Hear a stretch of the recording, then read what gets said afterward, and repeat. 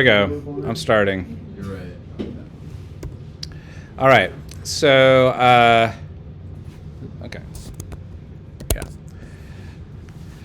Yeah. Okay. So, it gets worse. Yay! That's not a great way to start that. So far, we've learned about some of the properties of sound. We've learned about kind of like how sound travels at a predictable speed, that the fact that it has a predictable speed and we know something about its frequency means there is a physical size that you can that corresponds to different frequencies in terms of their wavelengths. We know about that. We know about how to measure the amplitude factor of sound and using decibels, and how that gets less over time or over distance, right? The farther you go in distance, you lose level. So you have to make all this sound up in the air just to have enough left over once it hits the ears, because you're going to lose a bunch going. So you can spend all your money, most of your money you're going to spend making sound that just gets absorbed by the air before it ever hits anybody's ears, okay?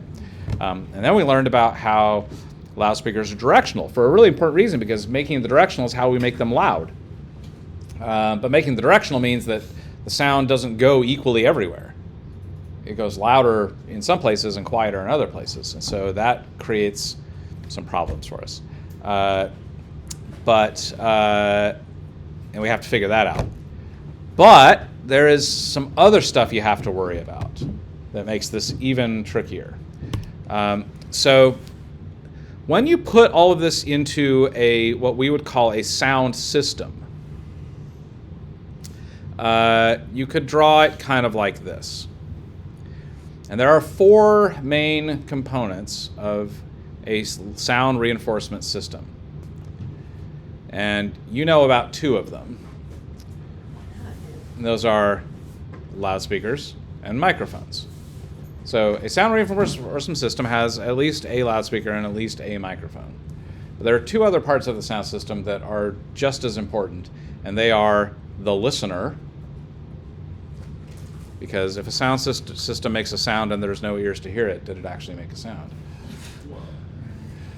Okay. You should teach philosophy class. So you got to have a listener with ears that function in order to have a sound system. So you got loudspeakers, you got microphones, you got listeners, and then you also have talkers. And I use the word talker instead of speaker, because speaker, I hardly know her. there's a reason we use the terms loudspeaker instead of speaker. Because if we just say speaker, we could be talking about two or three different things there. So we say loudspeaker so we know we're talking about the box that makes loud sounds, okay? And we use the word talker or singer sometimes, but talker is fine for our purposes, as the thing that's making the sound that we're reinforcing, okay? But we don't describe that as a speaker. It's a talker, because we want to be clear about what's really going on here. So the talker, and we'll use the word talker interchangeably to describe anything that makes a sound that you want to reinforce, okay? That is also part of your system, because if you have a microphone and a loudspeaker and a listener, but there's nothing to reinforce, then, you haven't done anything. So those are the four basic components of a sound reinforcement system: a loudspeaker, a microphone, a talker, and a listener.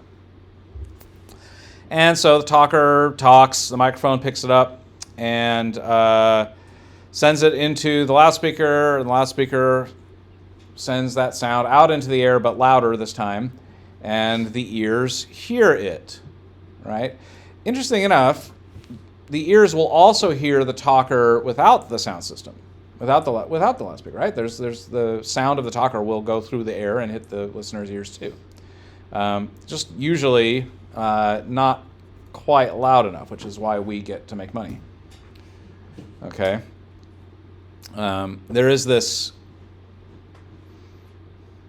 There's a lot of people out there that you will run into.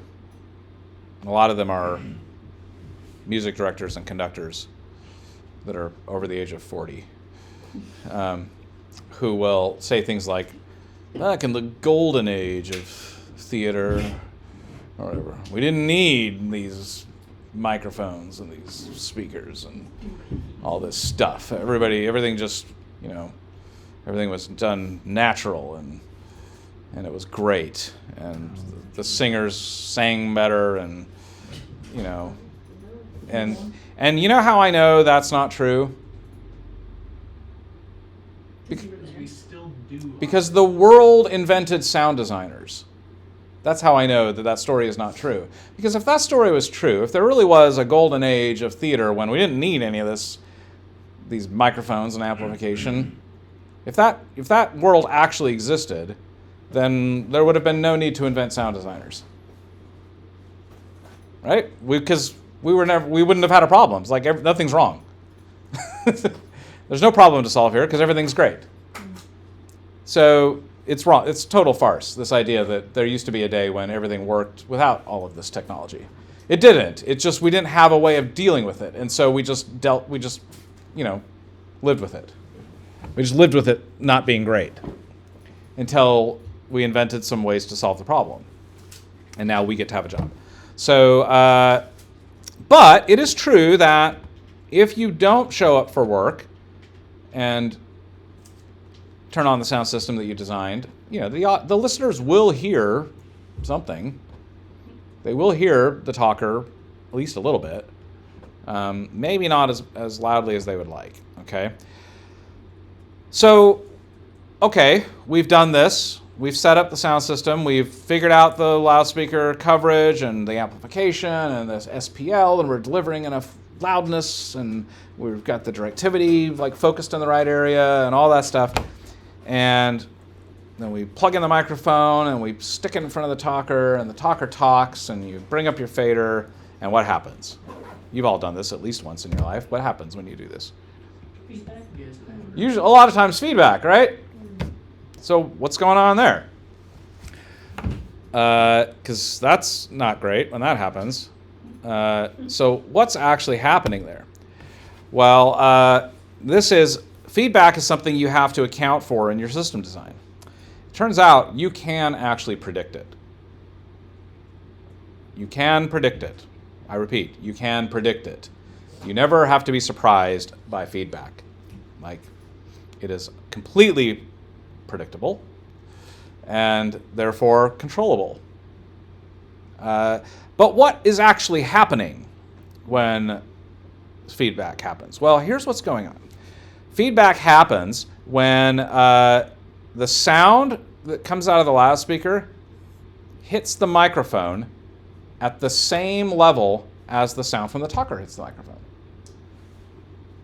So when the talker's voice and the loudspeaker hit the microphone at the same loudness, then what happens is you've got this little wave representing the talker, and this wave down here representing the sound from the loudspeaker. And there is some amount of time that will transpire between those two things, right? And why? Why would there be a little bit of time?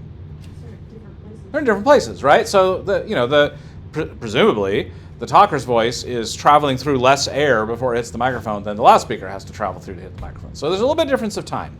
But in that difference of time will represent a certain distance that the sound from the loudspeaker traveled to get to the microphone, right? And that distance can be divided equally into some wavelength of a frequency, right? So if that distance was 10 feet, well, that could represent the wavelength of 100 hertz. Or it could represent 10 wavelengths of 1 kilohertz, right? Or 2 wavelengths of 250 hertz. Or 4 wavelengths of 500 hertz, right? So there'll be frequencies that have wavelengths that correspond to that distance. And those frequencies will arrive at the microphone in phase, perfectly in phase with the copy of itself that is coming straight out of the talker's mouth. And they hit the microphone at the same time, well, not at the same time, but in phase and at the same level. And what happens when you combine two frequencies in phase at the same level. They get louder, right? 6 dB louder, in fact. But this is only happening for a specific frequency. It's not happening for all the frequencies because of that offset in time. Depending on the offset in time, some frequencies will lock into that 0 degree phase relationship and reinforce, and some will not. And so the first one that does, and that's going to be the loudest one, whatever is the loudest frequency that corresponds to a 0 degree phase relationship for that distance, will lock in with the sound from the talker and start reinforcing 6 dB. And then it comes back out the loudspeaker 6 dB louder, and then the whole thing happens again. And it gets louder. That's why if you let feedback keep going, it just gets louder and louder and louder, because it's like looping and plus 6, plus 6, plus 6, plus 6 every time you go through. But that's what's happening, is the sound from the loudspeaker hits the microphone at the same level as the sound from the talker. That's when the feedback starts, okay? And we call this unity gain. So you basically have unity gain through your sound system, meaning the sound from the loudspeaker is hitting the microphone at the same level as the talker. So let's try to figure this out. I'm going back now to my diagram here of my sound system, and I have labeled some distances here. Okay, so D0 is the distance of the talker to the listener. Okay, and D1 is the distance between the microphone and the loudspeaker. Hang on, I need to get my notes out before I say this wrong. 1 sec.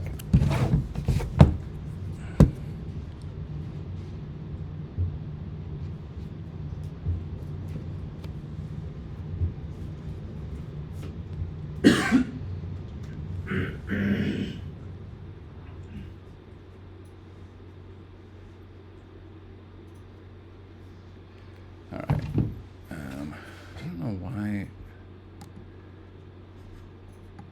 Stop it. Okay. Where is this?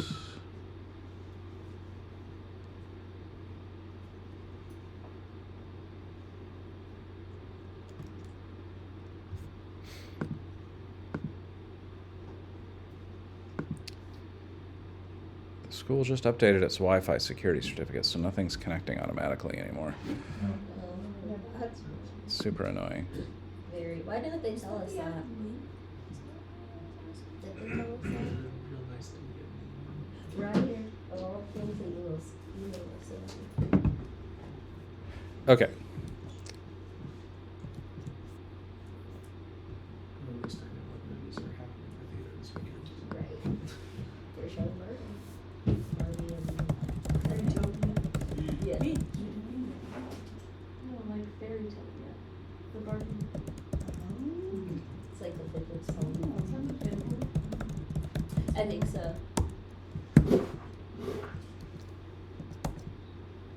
Okay.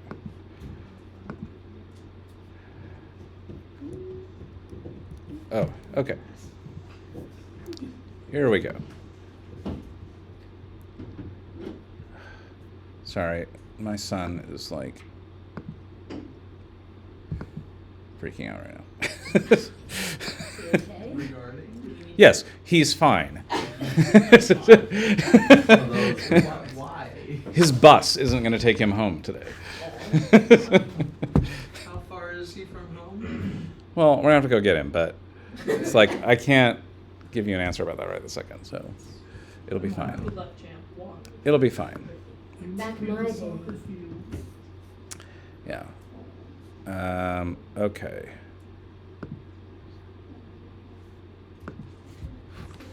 All right, so back to where I was.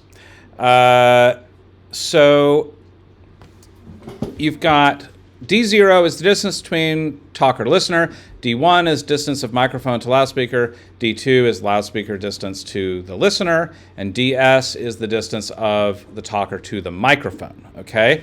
Now, so feedback will happen when the sound from the loudspeaker hits the microphone at the same level as the sound from the talker.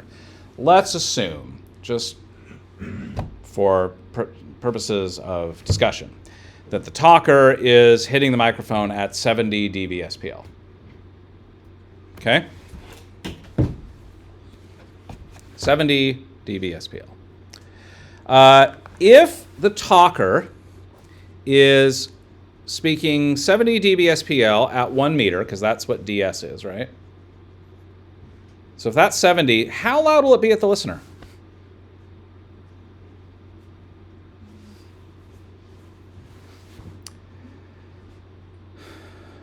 Well, you could figure this out by doing 20 times the log of D0 divided by DS. Right? This is math we've done 50 times now. The sound is 70 dB SPL at 1 meter. How loud is it at 7 meters? This is the question. 70 meters? 70 meters? It's on the screen. No, 70 dB. 70 decibels at 1 meter. So if it's 70 decibels at 1 meter, how loud will it be at 7 meters? 53.0980. 53 dB SPL. Sam got that. Did anyone else get that? It's 20 to the log of 0 and then 1 divided by. This would be 20 times the log of 7 divided by 1. And then you subtract that from the 70. This is dB loss over distance. This is one of those equations you gotta just like commit to memory. When I ask, it's this loud at this distance, how loud is it at a different distance? You gotta be able to pull that equation out of your head and do it. Right? We are gonna do that equation probably 50 more times this semester. So. Okay, so if it's 70 decibels at 1 meter, it will be 53 decibels at 7 meters. Yes, we're doing it in meters just to show you that the math does work in meters. It doesn't really matter whether you do it in feet or meters. Okay, so 53 dB SPL at the listener. Great. That's if you don't show up for work. Okay? If you don't show up for work, the listener hears 53 dB SPL. Well, it's actually not great because someone standing, a meter away from another person just having a normal, like not amplified conversation or not like loud conversation is like in the 65 to dB range, right? They can just listen a little harder, I guess. Yeah. So we'll get into Pay closer attention. some other problems with that scenario, but Right. so 53 dB. All right. So so that's what the listener hears if you don't show up for work and turn on the sound system. Well, okay, let's say you show up for work and you turn on the sound system and you take it up to the point where it feeds back. Well, it will feed back when the sound from the loudspeaker hits the microphone also at 70 decibels SPL, right? Because that's what I just said. That's when feedback happens, is when the loudspeaker hits the microphone at the same level as the sound from the talker. So if the talker's hitting the microphone at 70 decibels, then when the loudspeaker hits the microphone at 70 decibels, feedback will occur. Well, if the loudspeaker is hitting the microphone at 70 dB SPL, how loud will it be at the listener?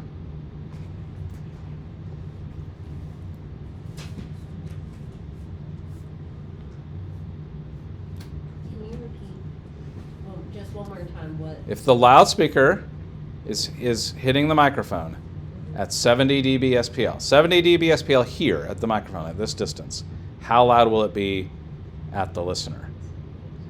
So the microphone is 4 meters away from the loudspeaker. The listener is 6 meters away. So how loud will it be at the listener if it's 70 decibels at the microphone? 66.478. Okay, Sam says 66 and a half. Anybody else? I got 55, but I think I did it wrong. I think you did it wrong.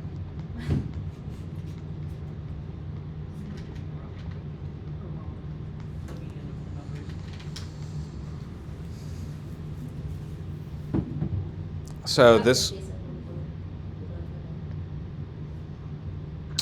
should be 20 times the log of D2 divided by D1. Why D1? Oh, because it's. That's the distance of the loudspeaker to the microphone. So I'm saying the loudspeaker hits the microphone at 70 decibels. That's your first distance, right? That's your reference distance. Okay? How loud is it at D2? Well, so you're going to go 20 times the log of D2 divided by D1. And that will tell you the dB change. And then you subtract that from Everything you just said just once. Okay, folks. We're going back like 6 weeks ago, No, right? It's not that I don't understand the math. It's just the D2, D1 thing that Ace just asked. Okay. Well, it's just a variable. What is D1? What does that mean? Distance from the speaker to the speaker. Yeah, and what is that? With 70 decibels, you just said to you. No, what is D1? 4 meters. Oh, 4 meters. 4 meters. Okay? And D2 is 6 meters. So I'm saying that the loudspeaker is making a sound. And it's a sufficient sound to initiate feedback. Therefore, we know that whatever that sound is, it's 70 decibels here. We know that because I said that's how feedback works. Okay? So if the loudspeaker is traveling 4 meters and has 70 dB SPL left when it gets there, then how many dB SPL will it be when it travels 6 meters? That makes more sense. Yeah. That's just 20 times the log of one distance divided by another distance. That will tell you the difference there. And then you subtract that from the 70. So 20 times the log of 6 meters divided by 4 meters. What's that? 3.52. So it's But minus this, so then it's. And now subtract that from 70. So it's like 66 66. point. 66 and a half, right? 67. Okay. Okay. So you show up, you turn the sound system on, you take it to the point of feedback, and you're doing 66 and a half dB SPL. So how much gain is that? How much have you gained because you showed up to work? Like 13. Yeah. Like 13 and a half dB, right?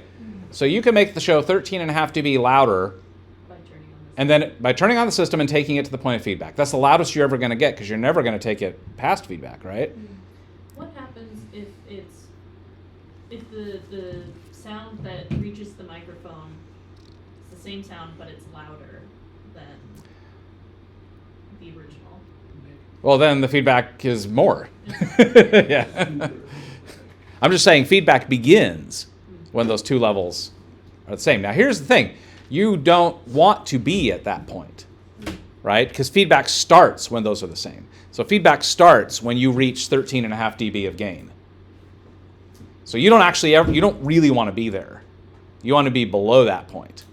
And generally speaking, it's about 6 dB. You want to be 6 dB below that. Because when you're within 6 dB of that feedback initiation point, it's like getting a little ringy. It's like starting to think about feeding back. So you really want to be 6 dB below that. So what would be 6 dB below that 13 and a half? 6. Hmm? 7. Yeah. So you can really only get usable gain of like 7.5 dB, right? That's not great. You know, in terms of like being paid to make stuff louder. Only 7.5 dB louder show because you came and showed up for work and they paid you a couple $100 for a day's work and you only made 7.5 dB difference. That's not great. Okay? So then what's the solution? Oh, I'm so glad you asked. I will get to the solution in a moment. But first, I want to, now that we've done that math, I want to just string that math we just did together into one long equation. And it would look like this. This is the math we just did. Minus 6. Right?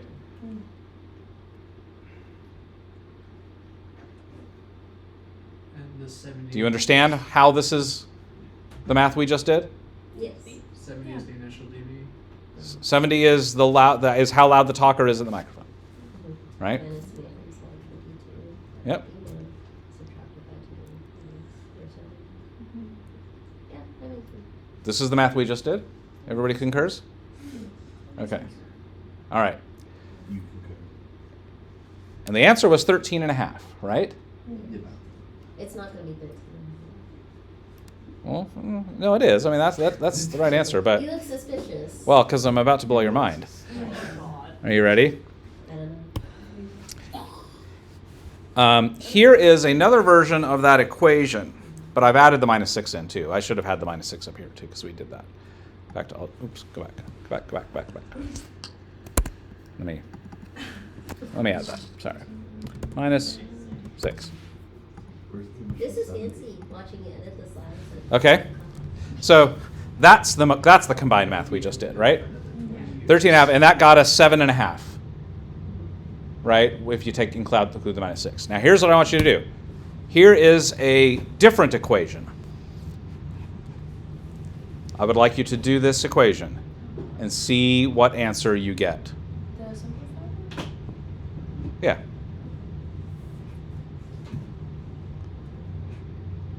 Do this math. Tell me your answer. What about the 70s? Yeah. Just do that equation. You just said that thing. Let's just do the thing. Great. Don't ruin my drama.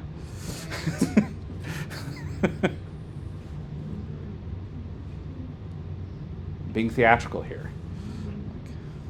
Well, I don't know if I know how to put this into a calculator. Lots of parentheses. Answer. You might need to do it in a few steps, right? Wow. I'm not going to get the answer. Wow. But it could be a Why are you saying wow? Because I got 13.38. And then -6? And then -6. It's a 7.3. How did Charlie got the same answer that we got before. Did anybody else get the same answer? Everybody else I'm still do. plugging it in. All right, keep working on it. I want everyone to work this equation. I should know how to work my calculator. where? So I, good. at what point am I wrong on? Do I need more? I think you need to do this in steps. Don't just type this all in one thing in your calculator. I I got, did it, it worked. I got 10.9. That's wrong. I got That's 7.3. wrong. You need more parentheses. So you could just do, 6. you got like notes, right? You can like do D1 divided by DS, write that number down. You could do D0 divided by D2, write that number down. Then multiply those two numbers, and then do a log 10 of that, and then multiply by 20, and then -6. Like you might just need to do it in steps. Okay?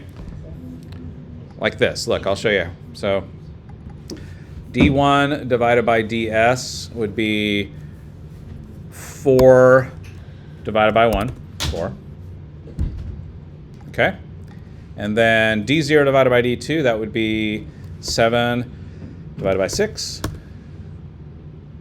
And I'm going to then multiply that by the first pair.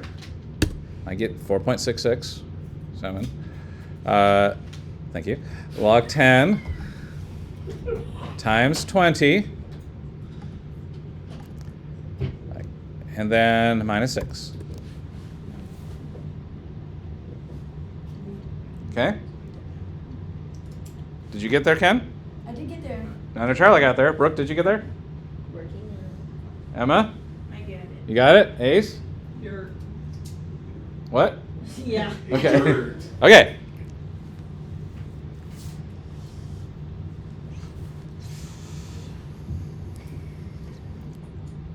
All right. So Ace, Yeah. what is noticeably different about this equation? In the 70s. There are no 70s. Why? And we got the same answer without the 70s, didn't we? Well, what does the 70 represent? The initial value? Where feedback begins. Yeah, but, Yeah, but where did that number come from to begin with? It's what the talker was speaking into the mic. It was the initial level of the talker. How loud the talker was talking at 1 meter away. Okay? So we removed that variable and got the same answer. Right? Yeah. That's what we just did. We removed the variable of the level of the talker and got the same answer. What does that tell you? The initial values don't matter. That it's not important. That actually is irrelevant. Okay? You got it? Okay. This tells us that gain before feedback is independent of the level of the talker. It does not matter how loud the talker talks. Your gain is the same. Because you can completely eliminate the variable of the talker's level, and you get the same answer in terms of your gain before feedback. Well, what does that mean? I don't know. There's no unpredictable variable anymore. Yeah. So, but how does that? How might that affect, like what? Like how that issue of like gain before feedback is independent of the level of the talker. How would that truth manifest in your actual work? Well, you know exactly where it's going to commit feedback no matter what's happening on stage. Yeah, you know that you can make a 7.5 dB difference no matter what's happening on stage, right? Regardless of what's happening, you can make it 7.5 dB louder than that. And that's all you can do in this system, right? That's not great, actually. So whether they're talking loud or talking quiet, you can only make it 7.5 dB louder. Now so it doesn't actually matter how loud they talk. You can only do what you can do. What is true is that in a small room, if they talk louder, maybe you don't need as much gain in order to get the listener to hear it as clearly as you would like, right? That might be true, right? Small room with good acoustics that aren't like creating a bunch of weird reflections and mucking everything up, then, if they talk louder, then more sound is left over when it hits the ears, and therefore your 7.5 that you can do might get you to whatever, there's some level of loudness that you need for the listener to be like, okay, I got it, I can hear it. And your 7.5 might be enough if they were talking louder. That might be true. That's only true in some situations. In an enormous room, doesn't matter. I mean, there's not going to be much left, that natural sound that hits the ear. So it's better in a small room, it could matter. So first of all, stop blaming the actors on your feedback problems. Yeah, Okay. How do you draw that conclusion that the actors are the problem? People do it all the time. It's like, why is it feeding back? Because they're singing so quiet. Tell them to sing louder. Wow. Because I have to push the faders farther, and it feeds back. Like if they sang louder, I wouldn't have to push this fader that far. And it's like, no. You just don't have enough gain in your system. That's the problem. Okay? And your gain, the gain of your system design has nothing to do with how loud they're talking. You just didn't design a system with enough gain. Okay? So how could we make this number better? Now we get to Brooke's question. So what's the answer? If 7.5 dB is like not worth getting paid for, then how do you make that better? Could you position the loudspeaker differently? Why would that make a difference, do you think? Because of directivity. Possibly. Let's pretend for a moment the directivity does not exist. Okay. Let's eliminate that variable for a moment. So directivity does not exist. So how could we, just looking at the math, how could we change these variables to get a bigger number? Because it's a bigger number that we're looking for. We want a bigger number that spits out of this equation. A bigger number than 7.5. Less distance. Less distance where? Which distances could we shrink and end up with a bigger number coming out of the equation? D2 or D1. If we made D2 a shorter distance, then yeah, we'd end up with a bigger number coming out of this equation. If D1 was a shorter distance, we'd get a lower number, right? So DS If is- DS was a shorter number, then our output would go up, right? So if we made D2 and or DS smaller, right? D2 and DS, if those became smaller numbers, then we would get a bigger number coming out. You can also increase the distance. Ooh, what if we made D1 bigger or D0 bigger? Then we'd get a bigger number too, wouldn't we? Yes. I have a question. With the simplified equation, I just noticed this now, maybe I'll remember it. But what we're dividing by in the parentheses is different from the Yeah. combined equation. Yeah. That's not super important. I mean, it's just this is just a different way of it's just a different way of getting the same answer. What we're doing is we're really just looking at because the difference between D0 and D2 is just you're talking about comparing the distances of the two things that are making sound. Okay, and in this case you're taking the distances of the things that are hitting the microphone. So things that are hitting the listener versus things that are hitting the microphone. That's all you're just looking at it at different. You're comparing it differently, but you get the same result by comparing it that way. Okay, but yeah, so we could make D1 a bigger number, or D0 a bigger number, and we would get a higher result. So what does that tell you? What might be some of the answers or some of the strategies we could use to increase the gain of our system? Yes. Get the mic closer to the source of the audio. Oh yeah. If we could get the talker closer to that microphone, the gain for our system would go up. Yeah? By a lot. What else? What might be some other design strategies here that we could use to increase our gain before feedback? Move the loudspeaker closer to the house. Yeah, if we could get the loudspeaker closer to the ears, that would help, right? We weren't having to soak up so much sound in the air, right? We could get the speaker closer to the ears, and then we wouldn't lose so much, and our gain would go up. What's another strategy? Yeah, this is sort of like cheating the equation without actually solving the problem. But yeah, technically you could increase your gain by getting the listeners and the talkers farther away from each other. All that's not technically increasing the loudness of your system. That's just increasing the difference between what you can do at the max and what you do if you don't show up for work. So that's like hacking the equation without actually fixing the problem. But yes, technically your gain would go up. But that's not a particularly viable strategy for you to make more money. You could replace the loudspeaker with individual headphones for all of the listeners. Well, that would be taking D2 down to like 6 inches, right? And putting D1 into like infinity. Yeah. Okay, which yes would give you a massive gain number, right? Yeah, you could completely destroy someone's eardrum. Yeah. So yeah, but we're zeroing in on some of the strategies. Some of the strategies for increasing your gain before feedback are getting the microphone closer to the talker, getting the loudspeaker farther away from the microphone, getting the loudspeaker closer to the listener. Now, if you can move the loudspeaker and accomplish both of those things at the same time, getting it farther away from the microphone but closer to the listener, it's a double whammy, all right?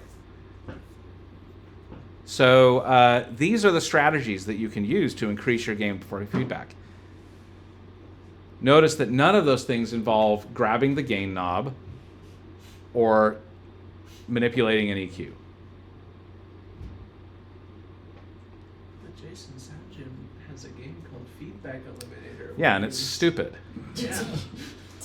I mean, it's fun to play, but it's stupid. It doesn't And teach you anything. it doesn't teach you anything useful. What happens if you are currently mixing a show and there's feedback? What do you do? Well, there's not a whole lot you can do at that point, because you should have solved the problem before you started the show. But like that's the right answer is go back in time and fix the problem before the show starts.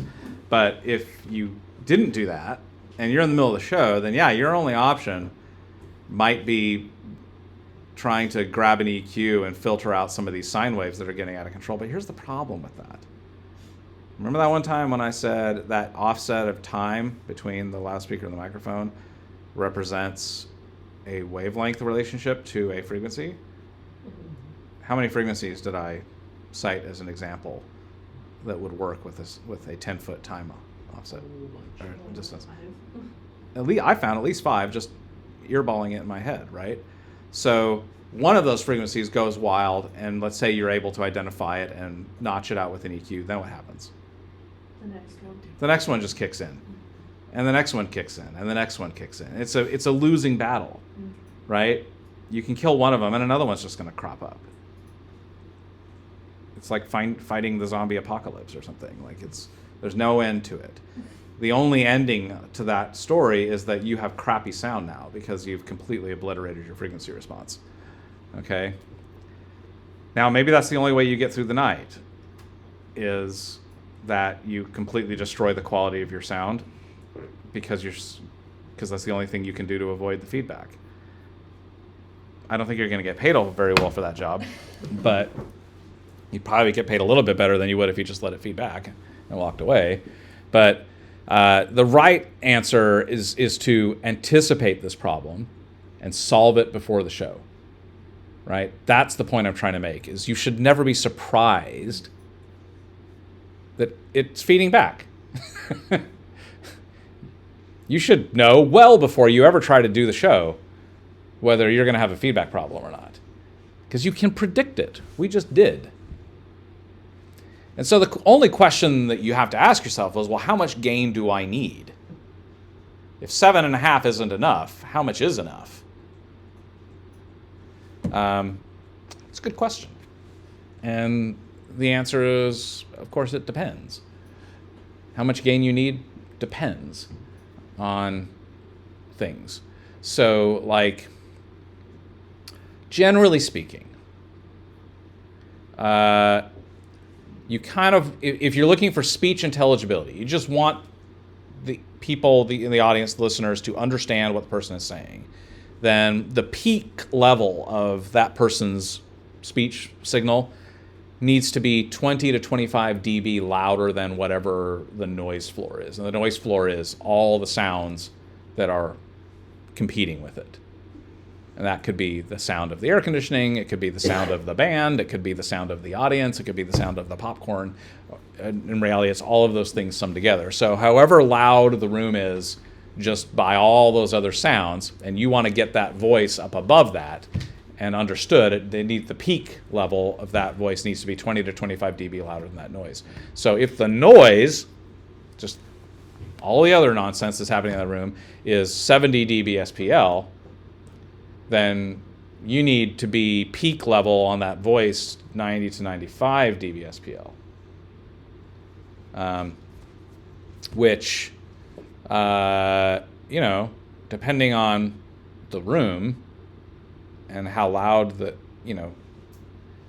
things are if you don't show up for work, that could be 40 dB of gain that you might need, right? So if the person's talking at 70 decibels, right, let's say, that's a totally normal conversational way of talking. Sometimes actors will talk louder than that. But, if they're talking at 70 dB SPL and at 1 meter, and the audience is 30 meters away, how loud is the talker going to be? Say what you said again.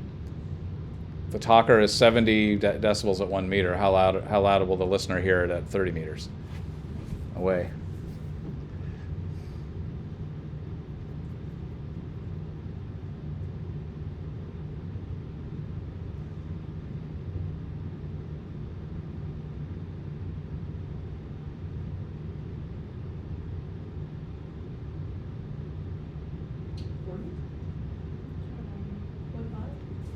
Hmm? 40.5. 40 dB? Okay. So how much gain would you need to get to 90 dB SPL? 50 or something? Yeah. So That's how much gain you need. You got to design a system that you can plug this equation in and get 50. Okay? So how do you do that? More than one speaker. No, that's not one of the strategies we talked about. What are the strategies we talked about? Moving the talker closer to the mic, moving the speaker. Yeah. Keep her away from your microphone. Okay. Oh, I like that. Yeah. Yeah, this is what we're just saying. Remember, there's a fifth part of this equation, which is the person running the show. Okay, so all right. So here's our equation, right? Potential acoustic gain.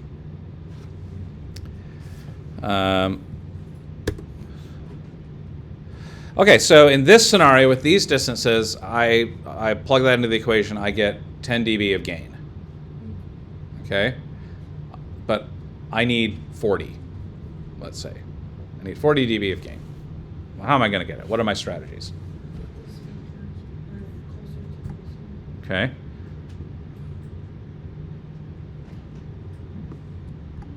How close do I have to get it? It's gonna kind of make your time alignment not so good, will it? You know, That's an option. can't quite get to 40 that way. I can get close. I mean, make it a little bit better. Can you move the talker closer to the mic? Oh yeah. Would it be better to microphone closer to the talker so you don't have the distance between? Mike's More can't than really what walk they around, said, so right? this is- Because that's what. That's true, but you can move a stationary mic. Yeah, so I can get the microphone closer to the talker. Great. Now if I get the loudspeaker closer, there's my 50. I did it. Okay. I got 50 dB of gain before feedback, folks. Okay. It's pretty good. He's just gotta be right up on that mic. Yeah. Seriously. Yep. This is why you teach people to hold the mic this close, not like out here. So, and this is why choir mics don't work, Yeah. right? Because they're too far away. Well, but it's like an ensemble of people. It's a choir. There's a lot of voices. Yeah, and that works great in a recording studio, putting the mic that far away. I'm just saying, like, if you're trying to get gain, you got to get the mic close to the thing. Most people learn about their microphone placement technique from recording studio books. And that is not, I mean, what works in a recording studio is not what works in a live situation. In a recording studio, they don't care about feedback. They don't ever have to worry about it. They're not amplifying it. They're just recording it. Okay? So your strategy for placing the microphone when you're in a live reinforcement situation is completely different from your strategy placing the microphone in a recording situation. So yeah, I'm sure that, you know, that instrument, whatever it is, will sound lovely with a nice condenser microphone 10 feet away from it up above. In a cushioned room. Yeah, in a isolated room with no reflections and no speakers. Like, that probably sounds wonderful. Okay? But if you're trying to get gain, that's a terrible place to put the mic. You're going to put that mic right next to that thing. Okay? Okay, so these are your strategies, right? So this becomes another thing you have to think about in terms of placing your loudspeakers, right? It's not just about coverage. It's not just about where's the place I put it that covers the seats just right. It's where's the place I put it that covers the seats just right and gets it far away from the microphones and close to the listener. Like this works great, but also you have to think about perception, right? And do you want the audience going up all night going, why is there a car yeah, on top of it? right? So that would be weird. That gets you good gain, but you don't necessarily want that. Okay, so you're trying to also think about perception. So this perception is a little bit better. There's my 50 that way, and I've got a little bit better perception. Okay. See how this works? Okay. So, yes. You're not gonna like it. It's about the noise floor thing. How do you? What if you don't know what the noise floor is? Is there like a relative like number that you can be like, I'll aim for this or whatever? Like, Well, you get there and they have a popcorn machine and you didn't know it was gonna be there. yeah, I mean, it's usually not the popcorn machines you're worried about. You know what I'm saying? Like, there's something else you didn't know Yeah. was gonna be there. It's usually, I mean, in our world, in sound reinforcement land, it's usually the hardest thing to get enough game for is the voice. Okay? And so it's all the other things that are not the voice that are creating that noise floor. So it's the drum set, the guitar amp, right? It's all that other loud stuff. Okay? Which is, why you want to get that stuff far away. Like, you don't want to have the singer standing right next to the drum set. You don't want the singer standing right next to a guitar amp. You don't want to get those things far away, so that they have to travel through more air before they get to the ears. Okay, and get them quieter if you can. Like, get them to play quieter. So you can predict the noise floor to some extent. But really the more realistic strategy for combating noise floor is to just assume it's going to be too much and try to mitigate it. Assume that band is going to be too loud, and take proactive steps to make them quieter. Okay. So just to let's just review some important relationships that help you with your game for feedback. So the first one is moving the loudspeaker farther away from the microphone makes gain go up. Okay. Moving the loudspeaker closer to the listener makes gain go up. Moving the talker closer to the microphone makes gain go up. Okay. So you want more gain, you got to do the one or all of those three things. Get the loudspeaker far away from the mics, close to the listeners, and get the talker close to the mic. What about monitors? What about them? Well, like, the listener and the talker are usually the same person. So how would you deal with that if you've got like a giant chunk of a monitor pointing at the talker / the listener? Yeah. Well,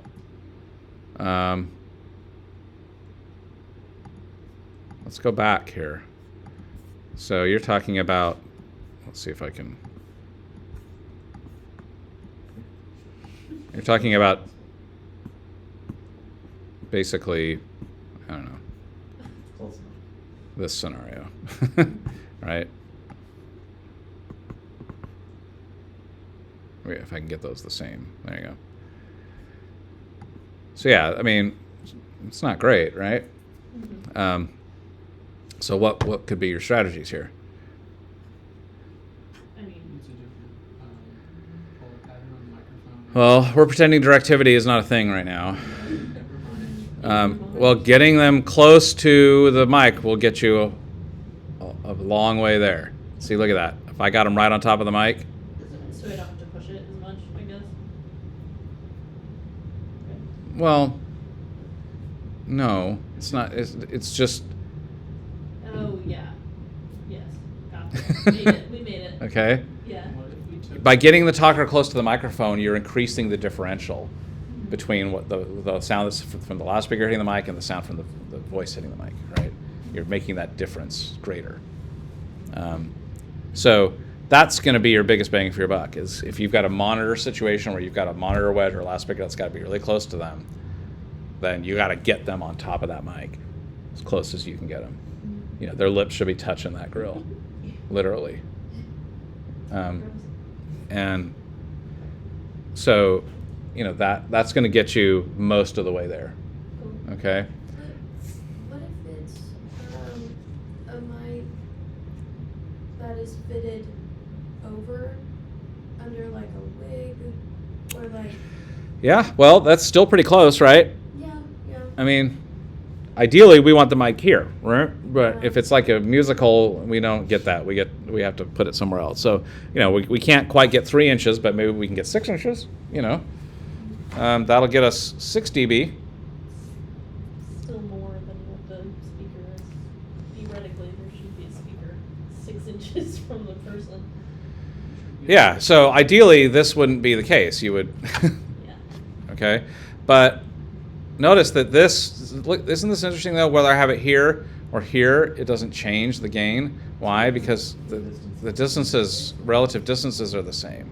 So it's not just about getting it farther away. You got to get it farther away like that, you know? So, the listener and the talker are the same person. yeah, that doesn't necessarily help, okay? The problem is that the listener and the talker are the same person. And so there's no way to create a distance differential. So this first good strategy is, yes, get them closer to the mic. Okay, that's name of the game. Get them close to the mic. Now, if we go into a world where directivity exists, did you know that microphones are directional in similar ways that loudspeakers are directional? Okay, we've been assuming that the microphone is omnidirectional at the moment, but did you know that microphones can have different directivities? So this is an omnidirectional microphone.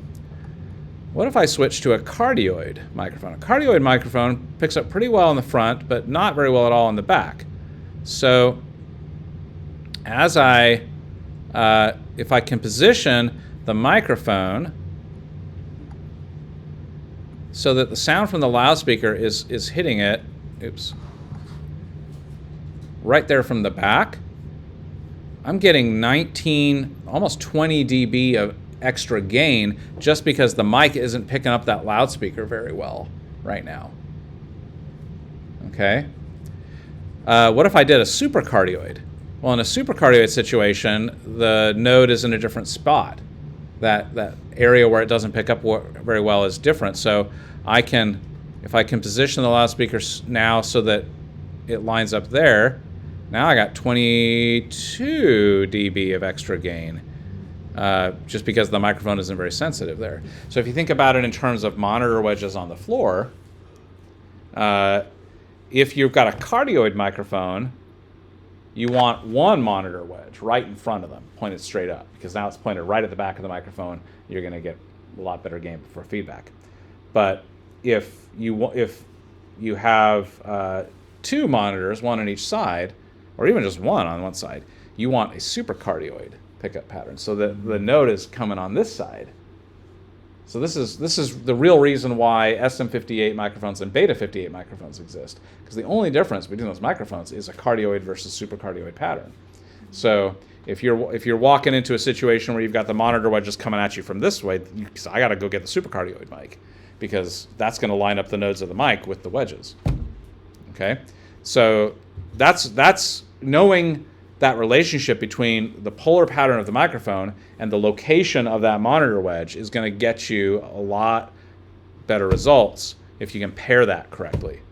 Okay, but if you do the cardioid microphone with the monitor wedges coming in over here, then you're going to be back in feedback city. Right? So if you got the cardioid microphone, then just say, hey, let's just do one monitor right in front of you, coming straight up. And if the musician's like, well, I really like it when they're coming like this way, great. Well, then you got to go get a supercardioid microphone. If you don't have one, then you say, well, we can't do it that way. We got to do it this, or we're just going to hear squeals all night. Right? Nobody wants that. Okay. Well, it turns out we know loudspeakers are directional as well, aren't they? So if you can leverage the loudspeaker directivity to your advantage, then whether here's 90 degrees on 6 dB down points, 40 degrees on 6 dB down points. So if I go really directional, then what's hitting the microphone is a lot less, right? Now, if I do all the same strategies, right, that I had before, where I'm being really smart about directivity, and I'm going to focus the directivity at the listener, but away from the microphone. Go with a supercardioid mic, so I'm lining up the node with the loudspeaker, and I'm positioning the loudspeaker so it's far away from the mic, closer to the listener, and I get the talker really close to the mic. Look at that. I've got 88.6 dB of gain. I'm going to get paid pretty well for this job.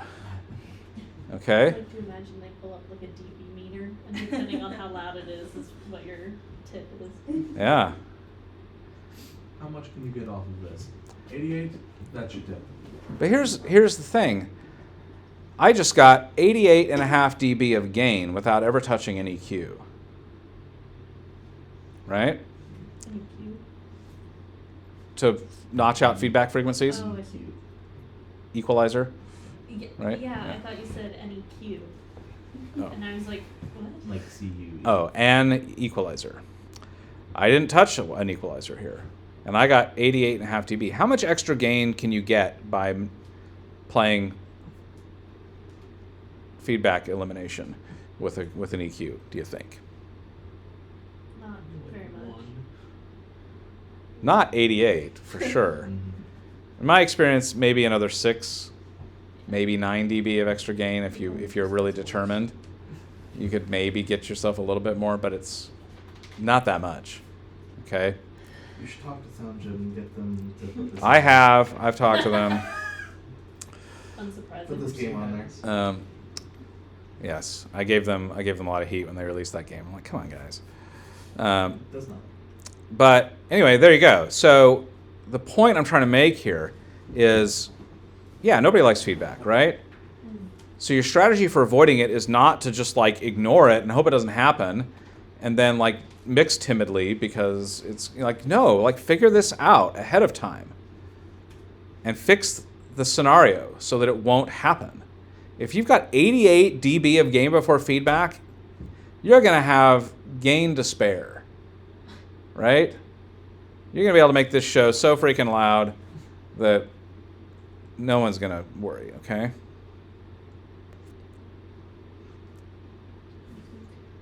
This is not a mystery.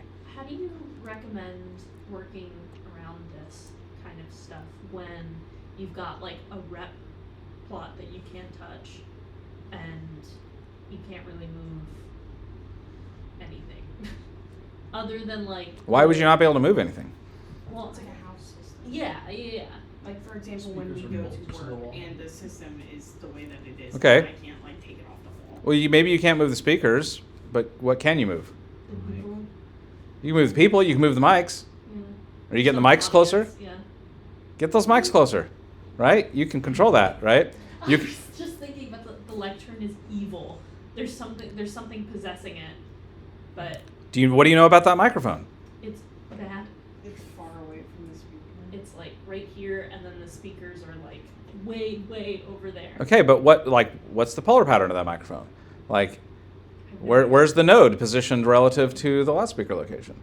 Can you get it closer to the person talking?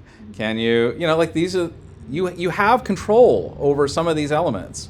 Maybe you can't move the speakers, but you can manipulate the directivity of the mic. You can get the mic closer. Right? You can do that. And you rip it apart later tonight. Ben already knows. Hi, Ben.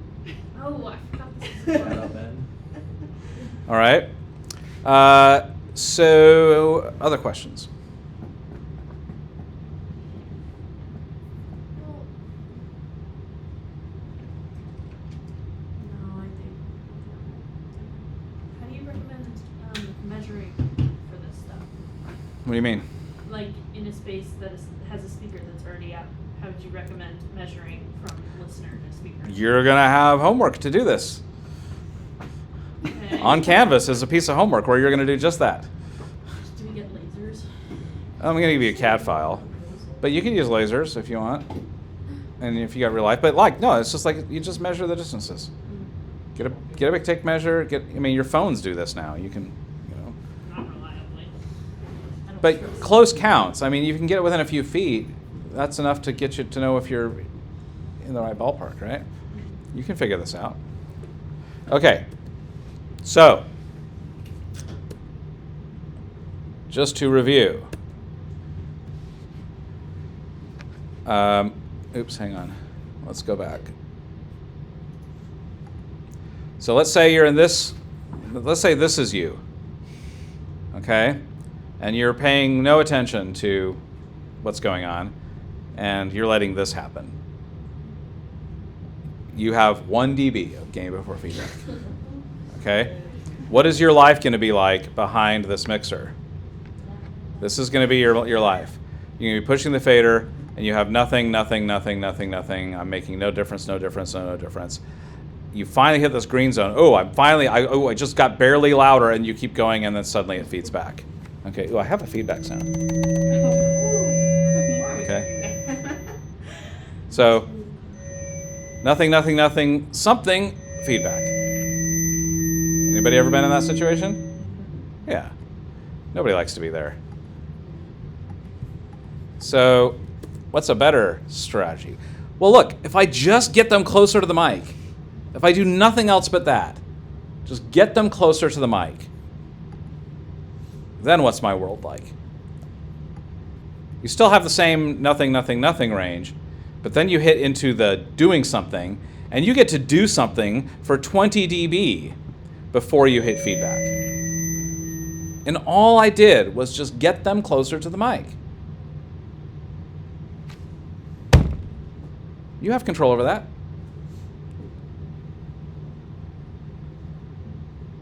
And if you got somebody who's playing armchair sound engineer, who's like, well, it'll make a difference, I'm like, prove it. Go stick that mic against your lips and let's try it, and then tell me this won't work. You know it's going to be better, right? Because science and math proved it to you. So touch your lips to that mic and talk, and then we'll see what happens. And it will be better, I promise you. Okay? So,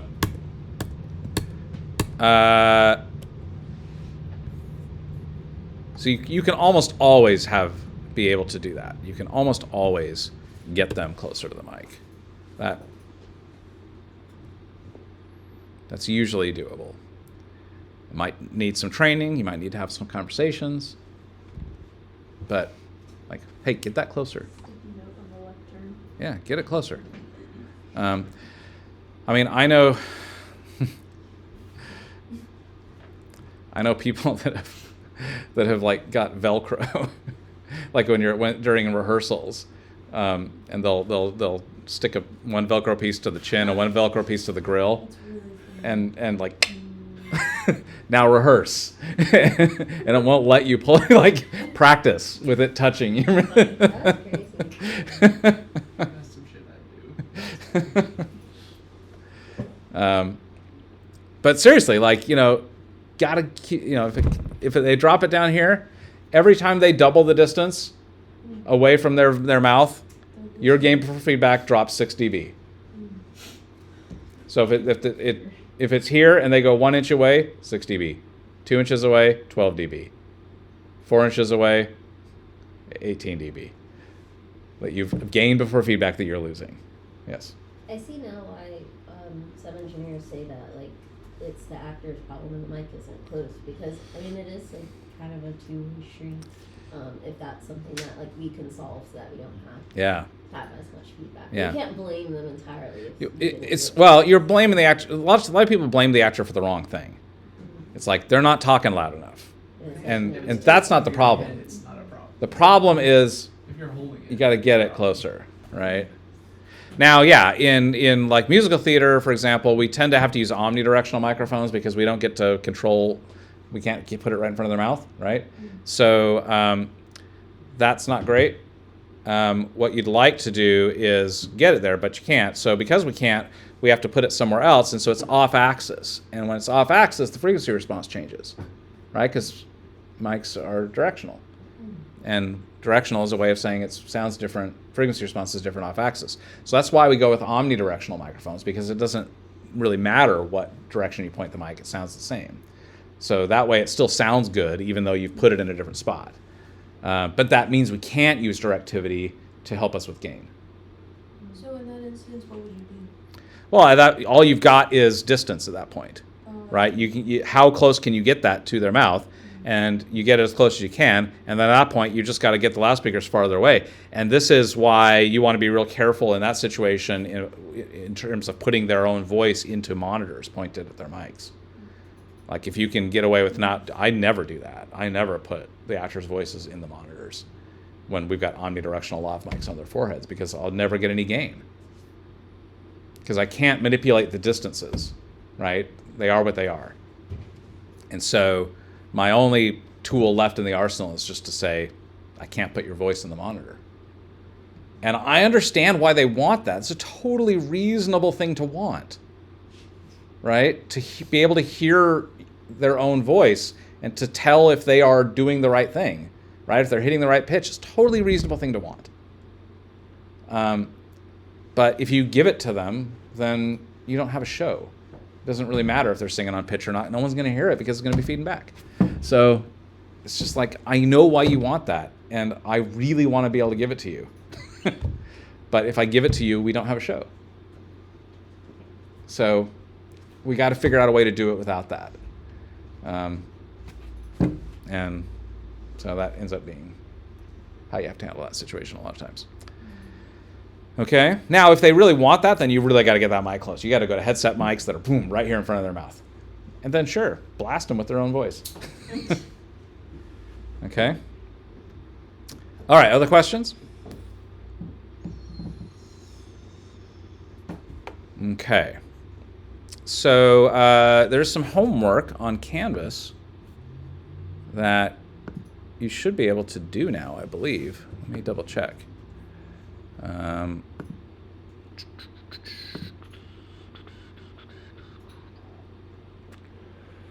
Assignments. Acoustical gain assignment. Yes. So I'm going to give you a CAD drawing. Let's go find it.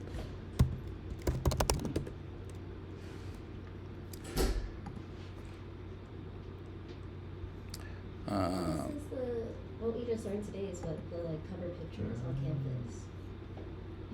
You made it. Yeah. Okay, so here's the assignment. You're going to download this CAD file, and it looks like this.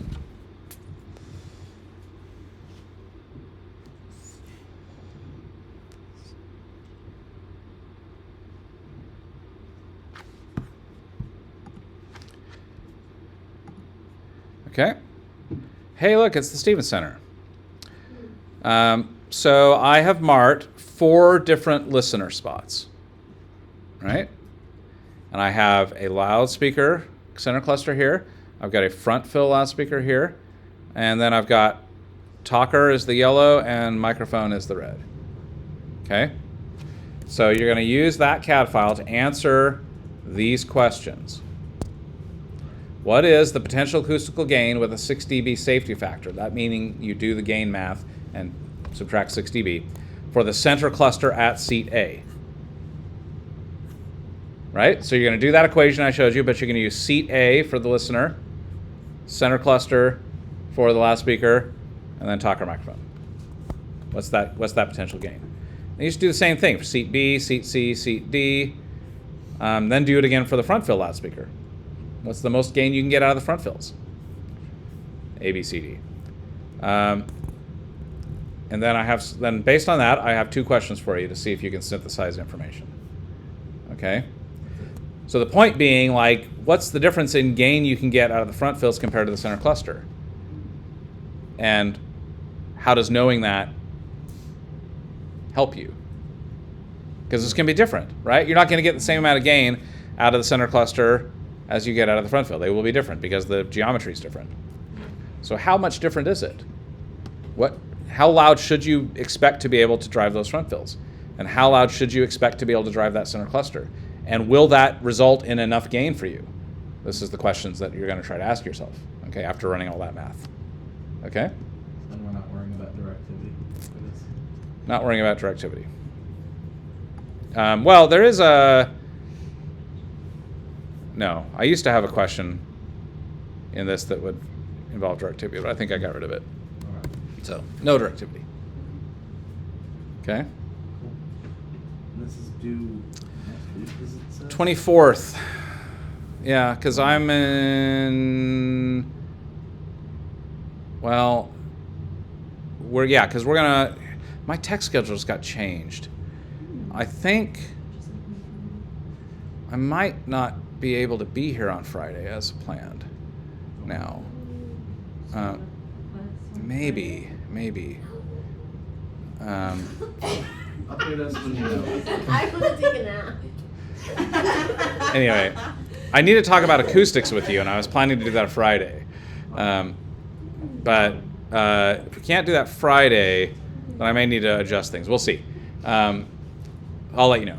Yeah. But either way, this is due Monday or Tuesday next week. Okay, so you got a week to do this. It's not hard. This won't take you long. Okay, but I'll let you know about Friday. Okay. Other questions?